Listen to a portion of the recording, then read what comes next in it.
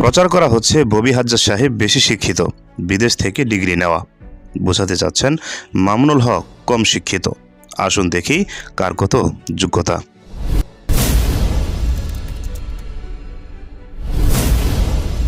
Number 1, ভাষা। মামুনুল হক বাংলা, ইংরেজি, আরবি, উর্দু, ফার্সি মোট 5টি ভাষায় পারদর্শী। অন্যদিকে ববি হাজ্জাজ বাংলা, ইংরেজি এই 2টি ভাষায় পারদর্শী। ববি হাজ্জাজ যে 2টি ভাষা জানেন, মামুনুল হক সেগুলোও জানেন, কিন্তু মামুনুল হক অতিরিক্ত যে 3টি ভাষা জানেন সেগুলো ববি হাজ্জাজ জানেন না। নাম্বার 2, এসএসসি, এইচএসসি, স্নাতক, স্নাতকোত্তর।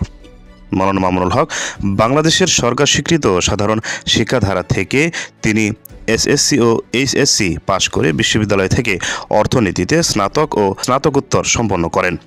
অন্যদিকে ববি হাজ্জাজ দেশীয় শিক্ষা ব্যবস্থায় পড়েননি। ইংলিশ মিডিয়ামে ও লেভেল, এ লেভেল পড়ে রাষ্ট্রবিজ্ঞানে স্নাতক ও উচ্চশিক্ষা লাভ করেন। এ দৃষ্টিতে দুজন সমান, একজন রাষ্ট্রবিজ্ঞানে, আরেকজন অর্থনীতিতে উচ্চশিক্ষা নিয়েছেন। নাম্বার 3, হিফজুল কোরআন। মামুনুল হক 1985 সালে কৃতিত্বের সঙ্গে হিফজুল কোরআন সম্পন্ন করেন। অন্যদিকে ববি হাজ্জাজ এ যোগ্যতা অর্জন করেননি। নাম্বার 4, দাওরায়ে হাদিস।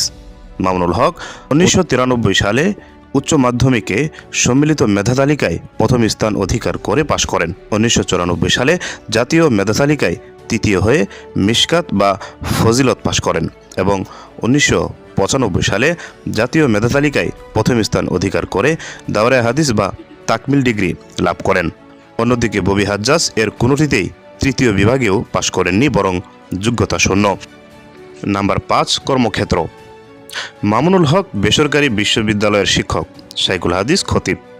বিশ্ববিদ্যালয়ে পাঠালে শিক্ষকতা করতে পারবেন, মসজিদে পাঠালে ইমামতি করতে পারবেন, মাদ্রাসার ক্লাসে পাঠালে হাদিসের দরস দিতে পারবেন। অন্যদিকে ববি হাজ্জাজ বেসরকারি বিশ্ববিদ্যালয়ের শিক্ষক। মোট কথা, ববি হাজ্জাজ যা করতে পারবেন মামুনুল হক অবশ্যই তা পারবেন। অন্যদিকে মামুনুল হক যা করতে পারবেন তা ববি হাজ্জাজ করতে পারবেন না।